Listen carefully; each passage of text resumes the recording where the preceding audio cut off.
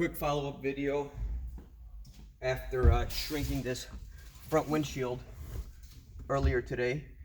So now we're in the install process, and what I like to do is basically like to install the exact same way that I shrink it. So let's if you noticed already, I already tacked up the center, which is the initial pass that we did when we started shrinking it. So we do that again, making sure we have some some moisture on here for our squeegee to slide. And then basically the rest of our passes, I like to follow, initially go with my hand first. Reason being is I hate it when your squeegee gets snagged up on film or something. Sometimes it just happens, and then you get yourself a big old crease. You're like done, everything's going great, and then all of a sudden, boom, you got yourself a nice crease right in the middle, somewhere where it could have been preventable if I could have just smoothed it down with my hand, but I didn't. And now you got to pull the whole thing over. Now you're losing some time, definitely losing some money, because you got to put some, start all over with some more film. And overall, it's just a good habit to get into. Again, push it with my hand, squeegee, squeegee. And over time, obviously you'll get quicker. It looks slow and a pain in the rear right now, but honestly, it's those little things that help out in the long run. Again, if you see that since I'm already down at the bottom, but basically I'm squeegeeing it just the same way the film was shrunk. We did down the middle, then basically just straight down. The way that works is, again, your film already took the heat that specific way, and it's not really going to fight that position that it's being laid, as I feel like if you do it any other way. Again, these films are awesome. You pick a great film, it's going to last quite a long time anyways, and they're great to work with. But again, I just like to take the extra precaution just to make sure that it's not stressed, and it just works for me. Again, I just like to stress that a lot, that what works for me might not work for you, but it's always a good way to start, I guess, so you can get pointed in the right idea on how to do this. Everybody develops their own techniques, and it works for them, and it's completely fine. That's what it's all about. It's finding what works for you, and how you put out the best work.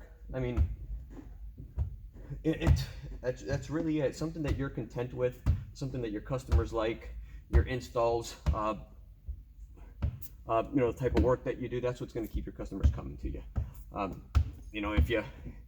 If your best install is done blindfolded with one hand, then go ahead, man. Sure as hell ain't gonna work for me, but if it works for you, more power to you, man. So then, now that we got that going, we got it pretty much all laid down. So now what I like to do is, one more time, put a little bit of moisture in there on it so our squeegee slides. And now we go with our final pass a little bit harder with overlapping strokes. And this one, our film's already pretty much laid down, so I don't worry too much about going back, side to side and then straight down, straight down, straight up, straight up. It's tagged down pretty well. It's not going to go anywhere. It's in position where it's supposed to be. So just make sure you overlap your strokes, and you should be good to go. Again, just jump over here to the other side. That's a cool thing about working on some of these pickup trucks.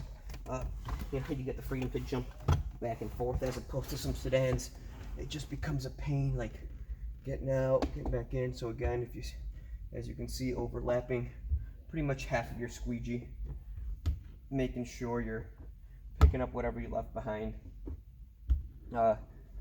Squeegee, you know, they got this orange one, they got all types of, you know, the Blue Max, the something Doctor, all that kind of, again, so whatever works for you, you know, whatever you feel comfortable doing. I mean, I know I got some that I've modified, that I've cut down to make the blade a little bit easier to work with as far as myself, you know. So now we go down to the bottom, squeegee this last bit, little corners, push out whatever moisture we have left, and we're good to go. Actually, now we just go get our I don't even know what that tool's called, but I'll show it to you.